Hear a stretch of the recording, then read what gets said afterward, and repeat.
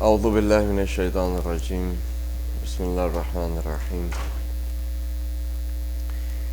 الحمد لله رب العالمين وبه نستعين والصلاة والسلام على أشرف الأنبياء والمرسلين حبيب قلوبنا وطبيب نفوسنا رحمة للعالمين أبي القاسم محمد اللهم صل على محمد وآل محمد والصلاة والسلام على أهل بيته الطيبين الطاهرين المعصومين المظلومين ولعنة الله على أعدائهم أجمعين اللهم كن لوليك الحجة ابن الحسن صلواتك عليه وعلى آبائه في هذه الساعة وفي كل ساعة وليا وحافظا وقائدا وناصرا ودليلا وعينا حتى تسكنه أرضك طوعا وتمتعه فيها طويلا برحمتك يا أرحم الراحمين اللهم صل على محمد وآل محمد أما بعد السلام عليكم ورحمة الله.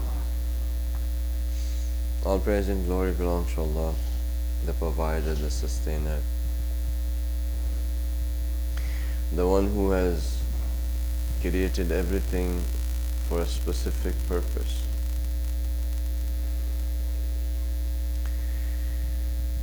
When you look at the universe, if you're not going to look at the universe, just look at your own self.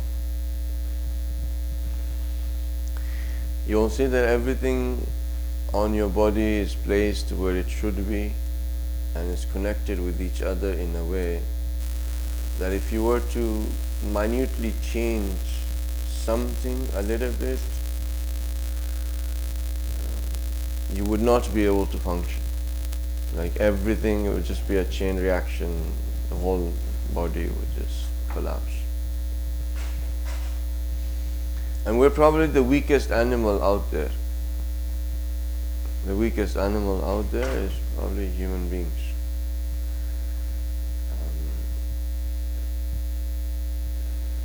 Some of you are looking at me, oh, I thought I was like the best of the creation.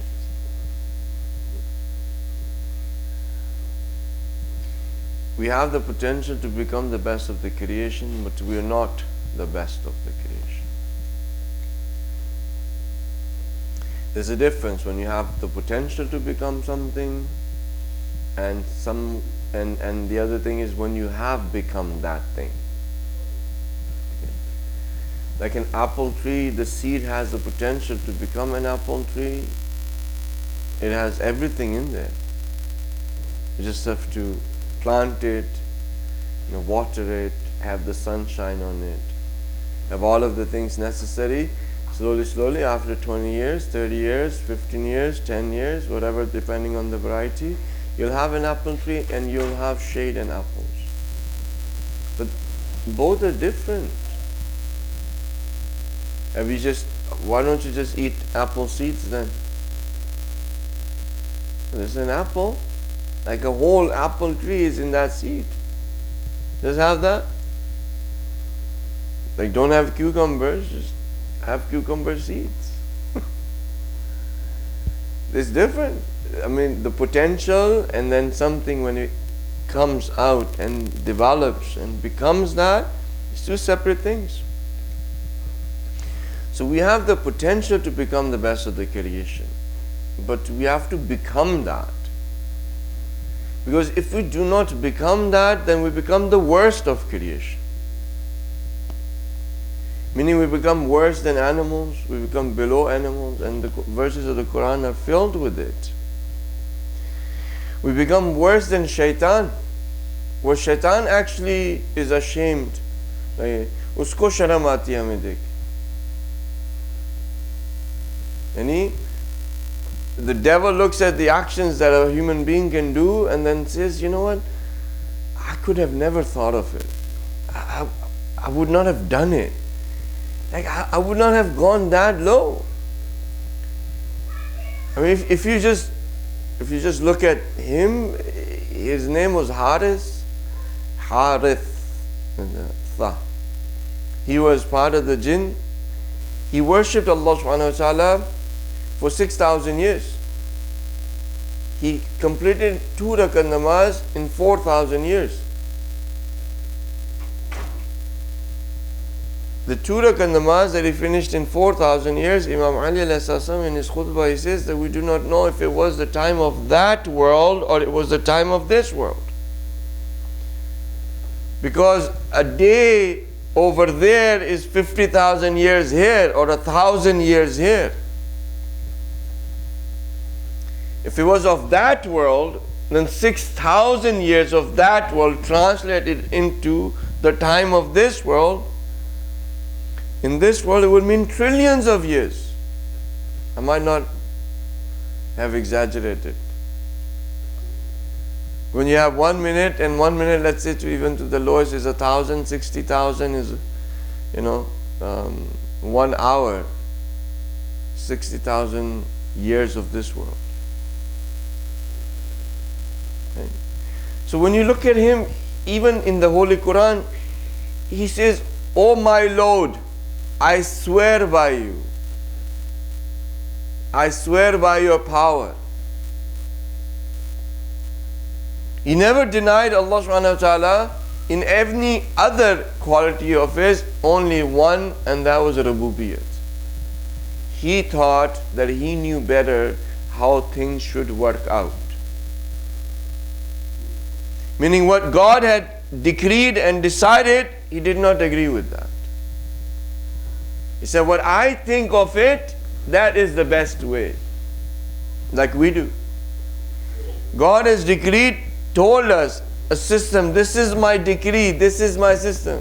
He said, no, excuse me, I think I know better. I can tell you something, even a better system.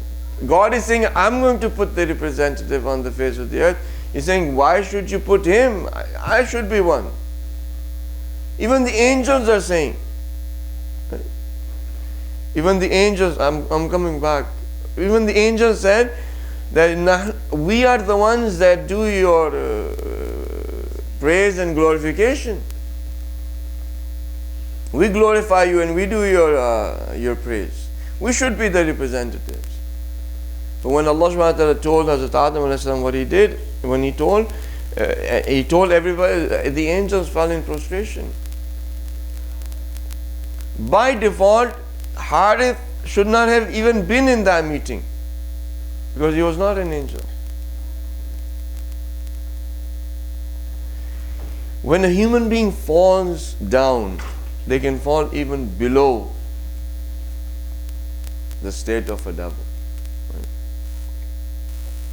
So we have the potential to become the best of the creation, but if we don't utilize it, we don't become the best of the creation, and Ashraf al-Makhluqat is a deception that we give ourselves for the arrogance that we want to have in the universe.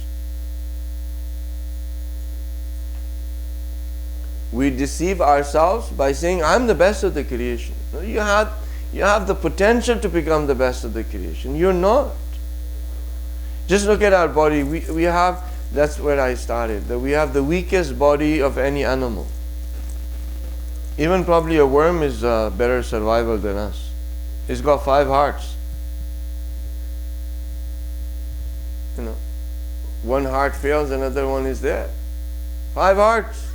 Lowest oxygen level, no problems. Dig into earth, no issues. Live, for days and days out. If no food, no problems. Cut any of the limbs, we'll grow it back. No worries. You put a stake through one heart, we've got 4 left. We can regenerate ourselves. The stem cell research where there is regeneration of cells is something nowadays. There are many animals, they regenerate. You have those lizards. Worms are also fine.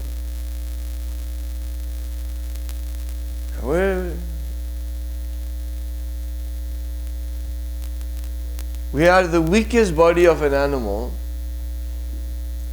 There are pressure points. There are pressure points that you and I have. That somebody was to go like this, we could potentially die. Have you been to a chiropractor? No? Chiropractors are doctors too, by the way.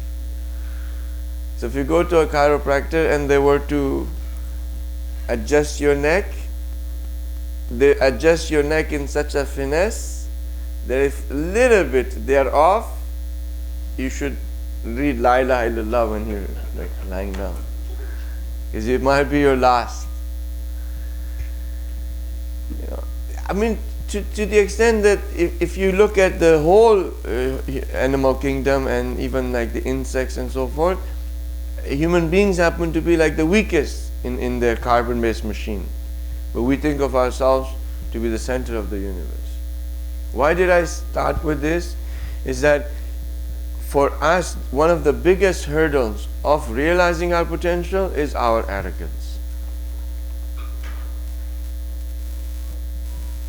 So one of the things that does not let us realize our potential is our arrogance. And our arrogance is actually a form of polytheism.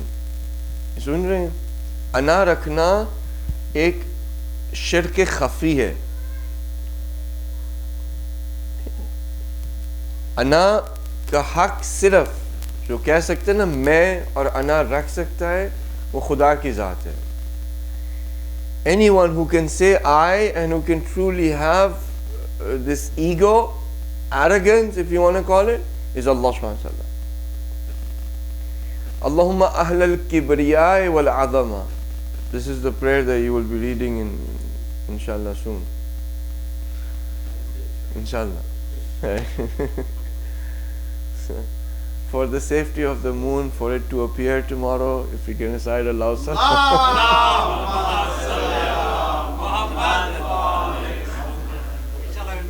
Inshallah.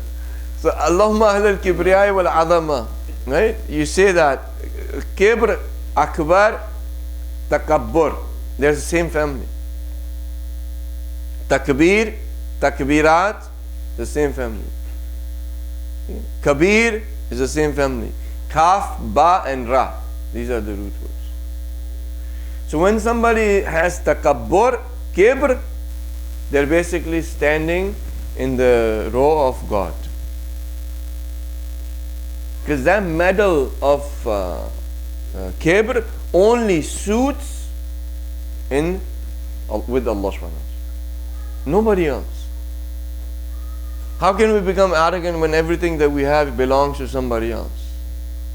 Give you a simple example. I come in a, I don't know what's hip nowadays. Let's say Tesla. Tesla is not that good anymore. They're making a cheaper version, right? Let's say like the expensive version. I come into with Tesla, yeah. So like $250,000 car. I come in and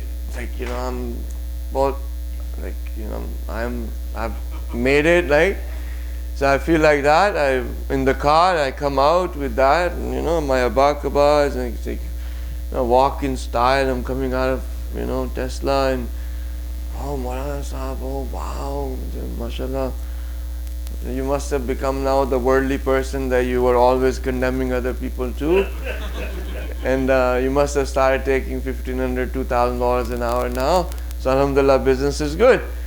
So, and as I walk by, you see at the car, at the key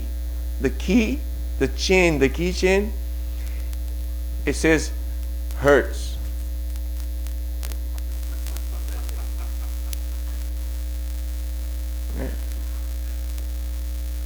Where did my arrogance go? What was that walk for? What was that coming out of the car for? What was that style for? Why did you impress? You're driving a rental.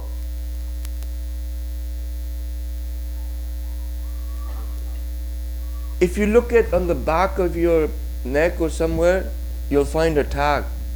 It'll say property of Allah subhanahu wa ta'ala. Your eyes are rental.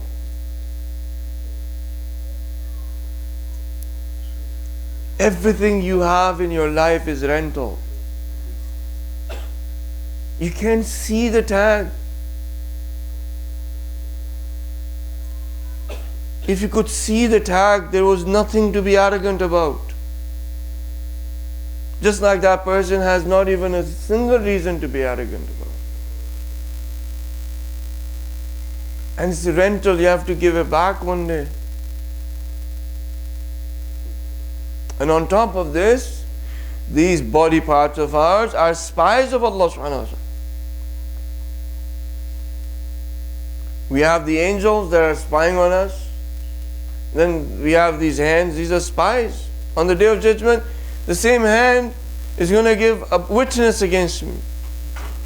It's going to say, you did that. I'll say, I didn't do it. My hand will say, you did it. My eyes will bear witness. My tongue will bear witness. How can a person be arrogant? When everything belongs to him, when everything is a rental, when everything that you have is actually made for you to be humble, is to break the arrogance that a human has. Religion is to break your arrogance. Quran is to break your arrogance. Namaz is to break your arrogance. How many times we say Allahu Akbar? Somebody who still has arrogance after reading 30, 40 years of namaz has not tasted namaz yet, has not smelled namaz yet. If the arrogance doesn't break after reading namaz, they haven't smelled the fragrance of namaz yet. Allah subhanahu wa ta'ala made all of these things because in humility is our strength. Right? People think that being arrogant, they're going to have strength. In humility, we have strength. We're made that way. The more humble you become, the more stronger you become. The more powerful you become. Why? Because you're getting closer to Allah subhanahu wa ta'ala. And more arrogant a person becomes, they're getting more closer to shaitan. And shaitan is weak. We make him strong. You know that? We give him the strength. Otherwise, he's weaker than anything in this universe. We make him strong. We say to him, okay, here's a weapon, here, hit me, here's this. You make him strong, you feed it. If you look at the whole Quran, he says that he does not have any power over you. He's not strong at all. So in order for us to realize our potential, we need to become humble. We need to let go of our arrogance. And as you become more and more humble, you become more and more stronger. You know who was the most humble? You know who humility learned from whom?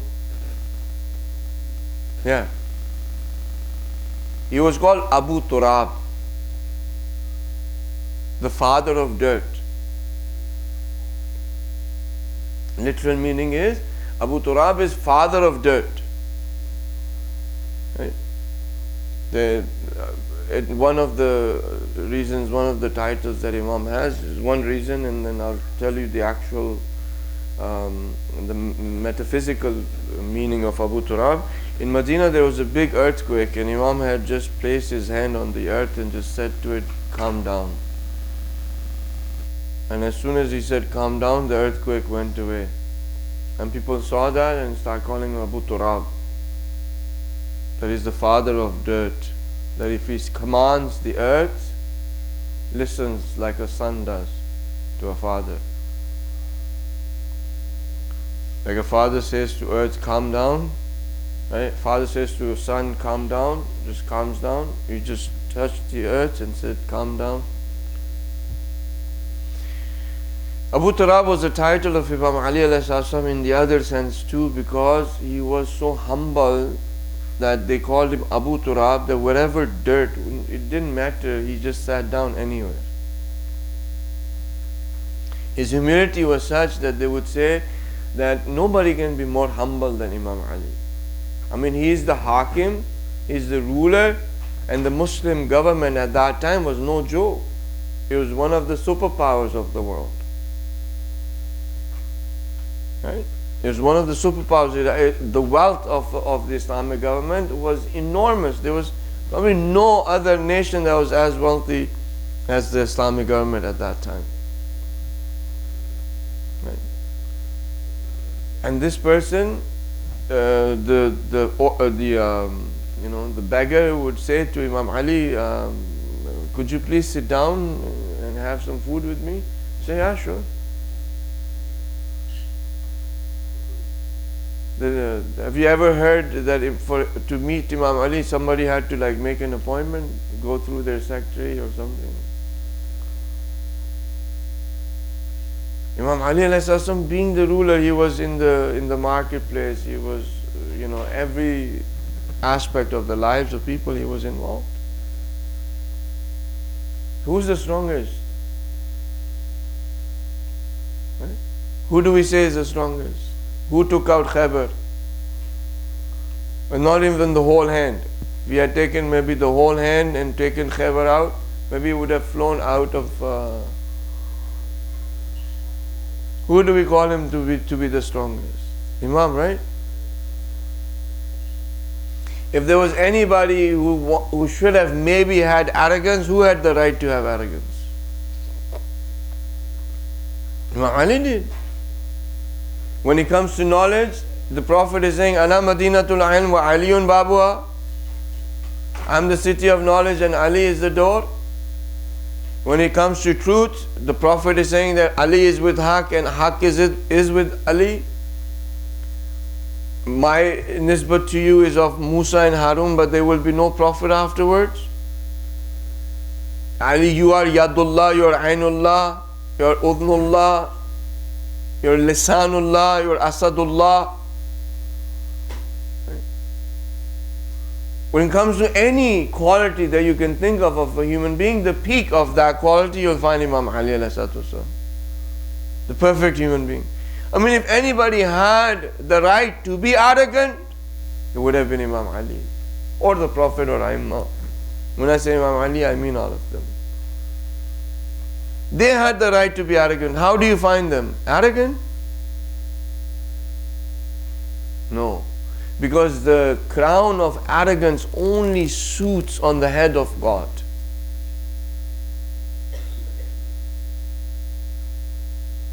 God doesn't have a head, by the way. It's just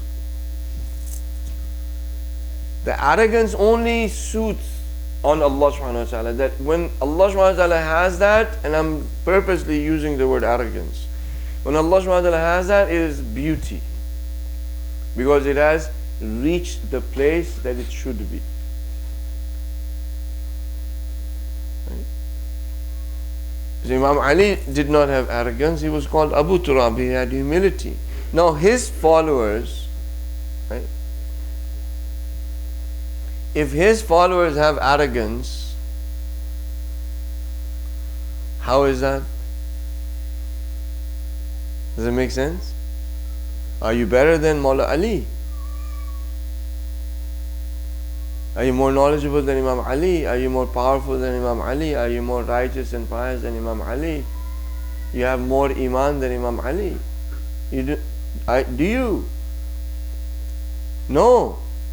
Then if he did not become arrogant and we do, then what are we saying? I'm better than you.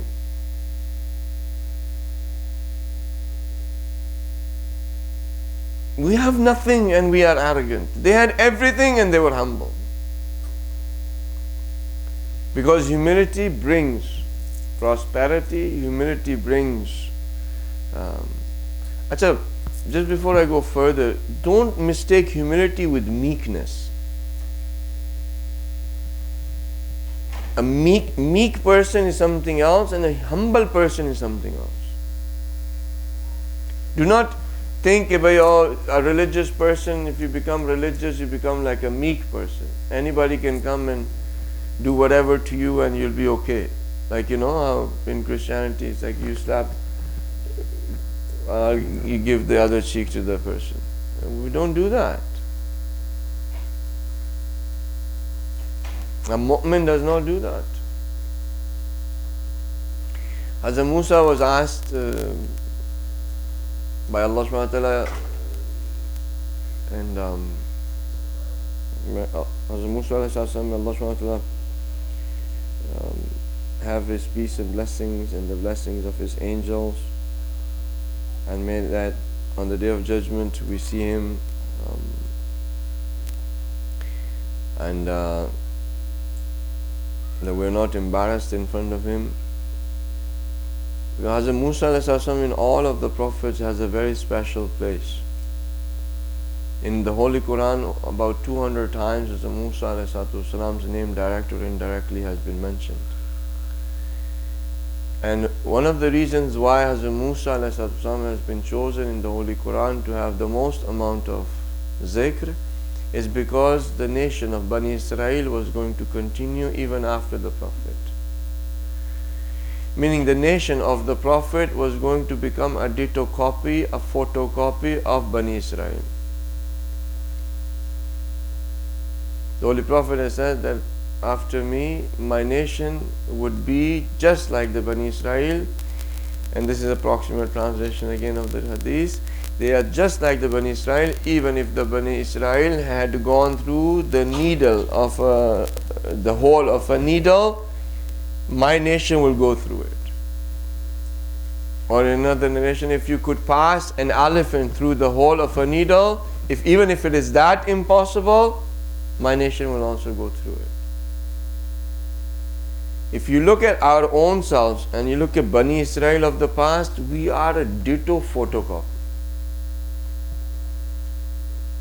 And if you think that I am, Mazallah, saying something else, you go ahead and do your research, spend 10, 15, 20 years, study history, study Bani Israel, study Quran, and you will come to this conclusion. And I know you will come to this conclusion because the Prophet has said, and what the Prophet has said is not wrong, is the truth. And when you look at the Holy Quran, you will see that Bani Israel and Hazrat Musa alayhi salam are the most amount of times that they have been mentioned. Because after the Prophet, this is the last of humanity. And Quran is going to be till the end of humanity. So what is going to be more prudent for humanity is the lessons learned from Hazrat Musa alayhi salam and lessons learned from Bani Israel's mistakes. Because if it's not done, it's going to continue that way. The most amount of prophets also came on Bani Israel. And if you look at their rabbis and their rabbis and their reverends or priests, they're very similar to our Maulanas nowadays. Bani Israel of the past, even today too, but some of them, but they're very similars. Similarities are, they used to distort religion and then tell it to people, deceive it and manipulate. We do the same. They would change religion for their own benefit. And the people that were following them would follow them blindly. I mean, the churches were selling, I was telling to this one of the brothers, the churches used to sell heaven. They used to say, give us that amount of money, we'll give you a receipt, and that is your plot in heaven. Yeah. I was telling one of the brothers, he said, you know what? Some Muslims have started to do that. So there is a person who goes on tabligh and gives receipts. This is your plot in Jannah. This is your money you've given me. This is your receipt.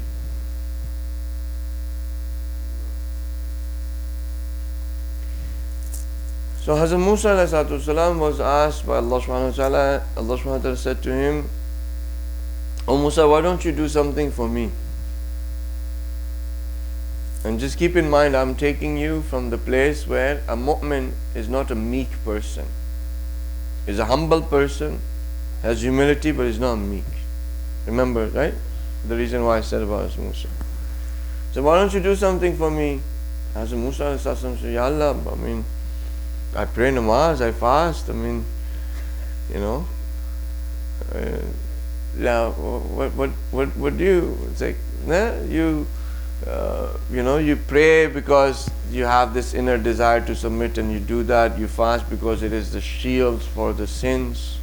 You do zikr because it is the glorification in which you feel good, and so forth and so forth. All of the things that Hazrat Musa was mentioning, Allah subhanahu wa ta'ala said, you're doing it for your own self.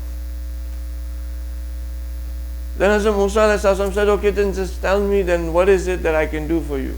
He said, have you ever been the enemy of my enemy? Have you ever hated someone because of me? Have you ever decided to be an enemy of somebody because that somebody is an enemy of mine? Or have you hated somebody who I hate because? So because that is something you can do for me. When you hate or you are the enemy of Allah subhanahu wa ta'ala, you don't get anything. What did the people in Ashab of Imam Hussain got? What did they get? Did they get anything for themselves? They got cut, they got speared, they got arrowed, they got stoned. What did they get? What motivation did they have worldly wise? What gain were they going to get? The people in Kufa, they saved their businesses, they saved their houses and everything. What did they get? So a mu'min is not a meek person, is a humble person, has humility, is in love with everyone and everything that Allah subhanahu wa ta'ala loves, but stands against whatever is standing against Allah subhanahu wa ta'ala, and is the enemy of the enemy of Allah. So Imam Ali, you see him, like the people who became the enemies of Allah subhanahu wa ta'ala, Imam Ali alayhi salam, you see him, it's not 100,000 people in Siffin. Right? About 4,000 Khawarij. So you're not, if you become a humble person, it's not anybody and everybody can just walk over you. That you're just supposed to, then people start justifying, oh, Imam Ali stayed at his house and he had a stick in his eye and a bone in his throat. He didn't do anything for 25 years. What do you mean he didn't do anything? If today you can read Quran with the Arab, it's because of Imam Ali alayhi salatu wasalam.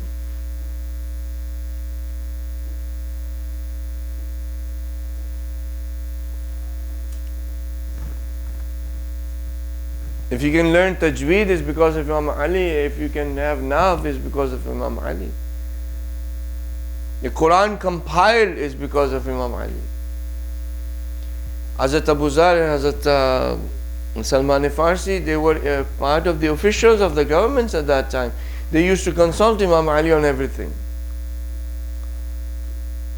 Imam Ali, although did not have the government, but he had those people that were in the government, and his consultation was taken and actions were taken. He prepared the environment to the point, Imam Ali prepared those individuals that were going towards the love of this world, towards wealth and everything. In the 25 years, Imam prepared so many individuals and got them out. How do you think Imam Hassan had, for 10,000 soldiers? Whatever that they did. But the amount of people that gathered around Imam Hassan, the amount of people that came to the house of Imam Ali and Imam Hassan and Hussein were to be, crushed because of those people. You think it just happened like that? Imam worked. So your humility and your humbleness will be challenged, but that doesn't mean that you become arrogant. If you are humble, you will realize your potential. In humility is your strength. Okay. nobody else has the right to be arrogant other than who? Right? Allah subhanahu wa ta'ala has the right to say Ana Akbar. He has the right to say. Yeah. And we got ourselves to the point where I told you from the point of view of our body, how weak our body is, from the point of view of other things that we have, that everything is rental. Right? I'm just making like a small conclusion and getting your minds to come back to where I started. Does anybody remember how I started? When I started about 8 or 5?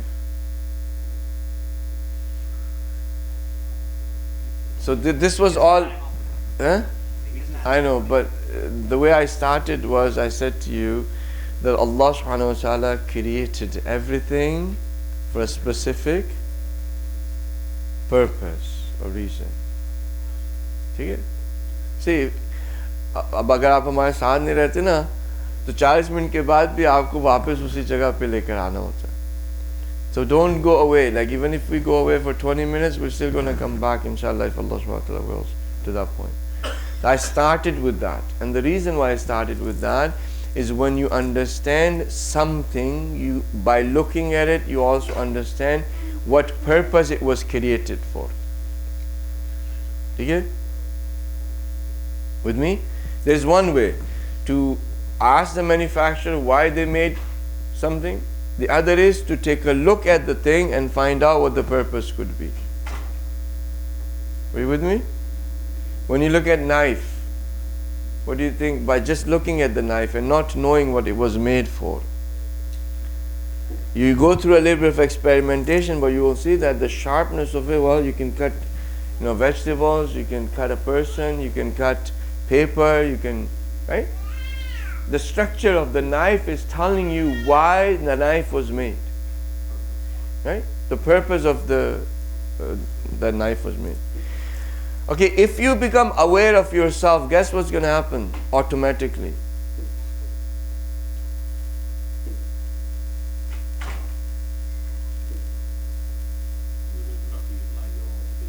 No. Say based on, yes, you would know your purpose. Right? Just like looking at the knife, you will understand what the knife is made for. What is the purpose of the knife? When you become aware of your own self, you will also realize, what's the other benefit? You'll also realize what is the purpose of your creation. Okay? The secret, the magic of. So the reason, one of the reasons why we don't understand what is the purpose of our life is because we're not aware of who we are.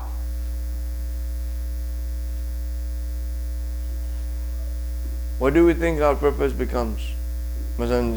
Medicine, doctor, right?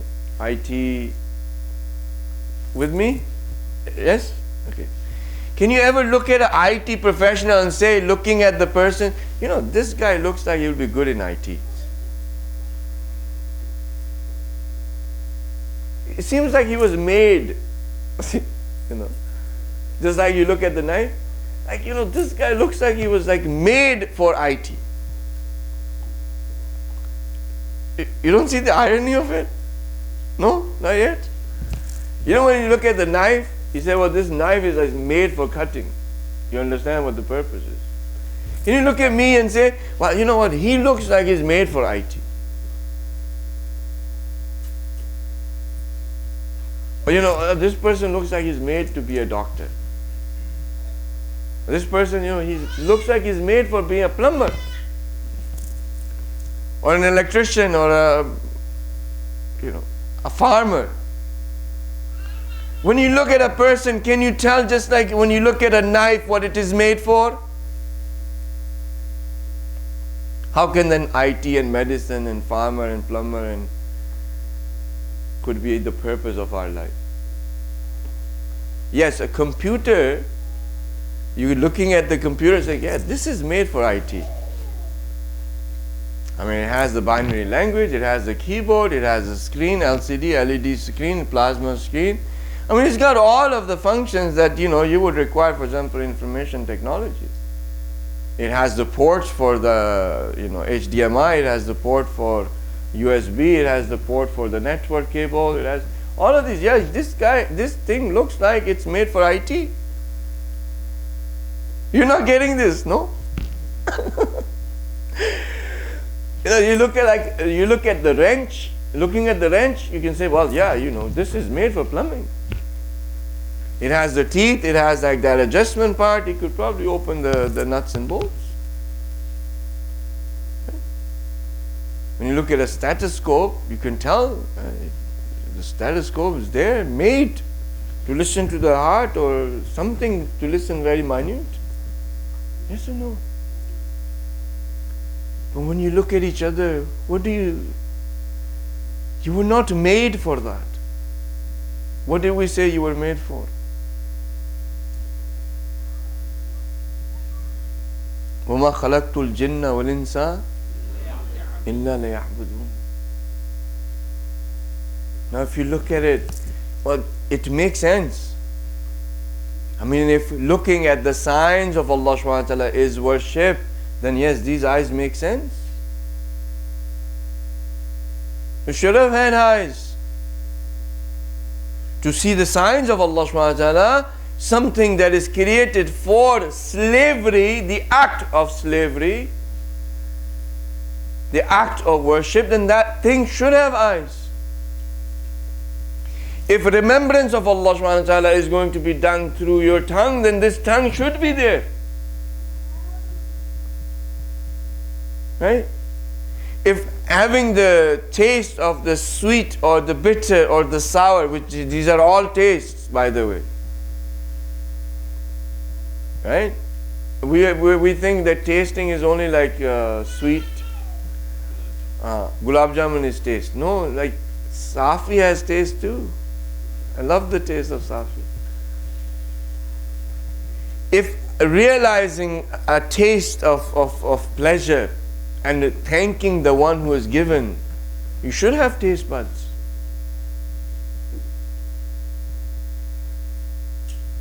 If understanding how you are constantly in change and you never are just stagnant, a person should have a heart.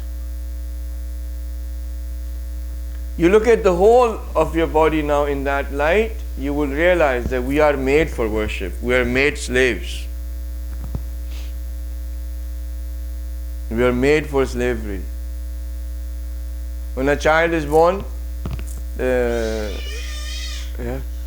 did the child learns to cry? Right? There's certain things that the child comes with, but the rest of the things we all were slaves of somebody else. The reason why I'm talking to you this way, my hands are going this way, is because of my father. If me and my father, we sit down and we're talking, my dad would be going like this and I'm going like this. Why do you think I smile this way or I look at you that way? It's because of my dad. But this smile of mine or the way I communicate, maybe it's because like my mom's. The walk that I decided to choose to walk, I walked probably like my father. In which action are you independent? If nobody told you the color of that shirt is red, would you know that's red? What if somebody told you it was blue? What happened then? What happens to red? Red becomes blue, blue becomes what? If nobody told you this is a tasbih, what would you call it? A car? It could be a car. If somebody called it a car, what would it be today?